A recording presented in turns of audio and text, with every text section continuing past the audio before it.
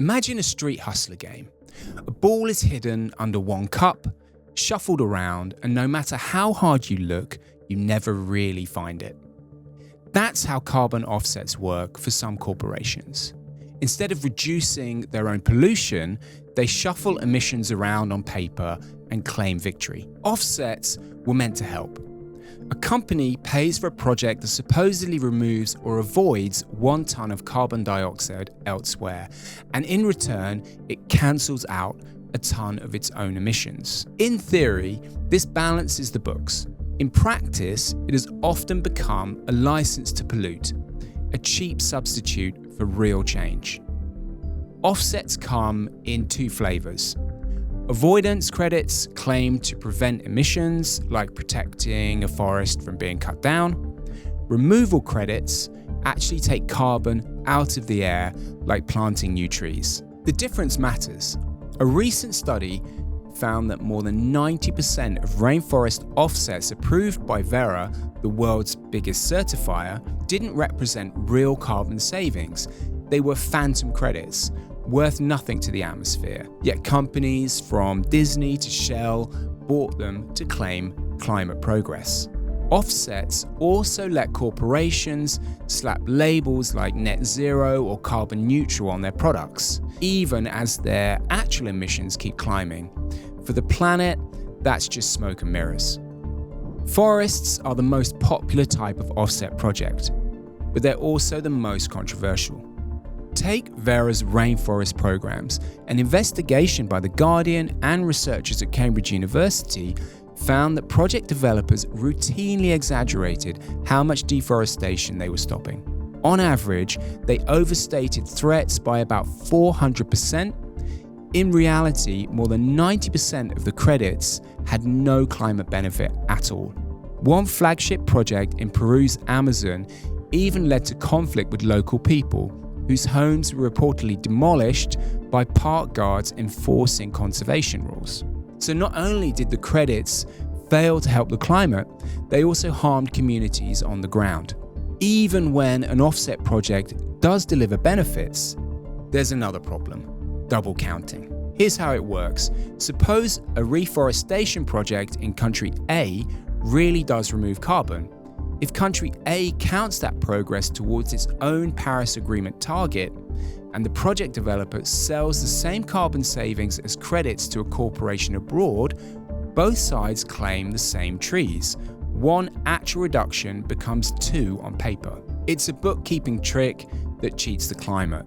The Paris Agreement has rules to prevent it, but the voluntary carbon market, where most companies buy offsets, has been slow to catch up. Few companies illustrate the carbon offset game better than Chevron.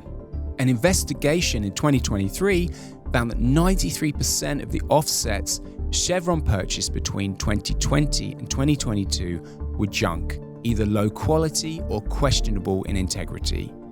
Nearly all were effectively worthless.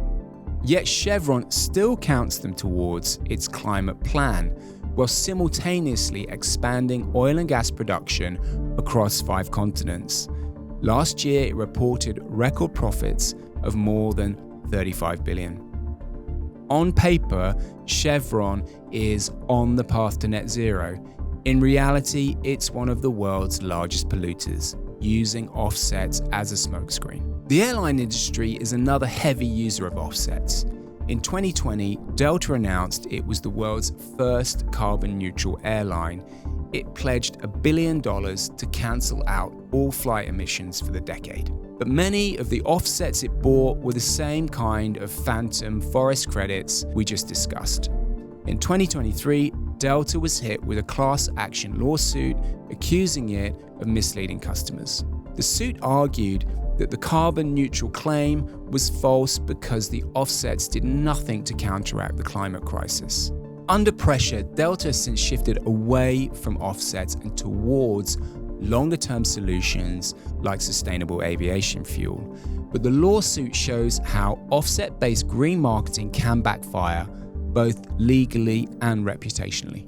Regulators in Europe are moving to ban vague carbon-neutral claims that rely only on offsets. Watchdogs like the Voluntary Carbon Markets Integrity Initiative now advise companies to stop saying they've cancelled out their emissions with credits. Instead, offsets should be framed as contributions beyond a company's own reductions, not a free pass to keep polluting. Even big brands are backing away. Nestlé has dropped offset-based neutrality claims for Kit Kat, and fashion house Gucci has abandoned them too. The message is spreading. Real climate leadership means cutting your own emissions first, not buying your way out. The carbon offset market was supposed to drive money into green projects. Instead, it has too often become a hustler's game, a way for corporations to shuffle emissions on paper whilst continuing to pollute in practice. Offsets can still have a role, but only as a last resort for emissions that are truly unavoidable, and only if they're high quality, independently verified, and transparently accounted for. The climate doesn't care about its balance sheets or marketing slogans. It's only the actual amount of carbon dioxide in our atmosphere that counts. And that number won't fall until corporations stop playing games and start cutting emissions for real.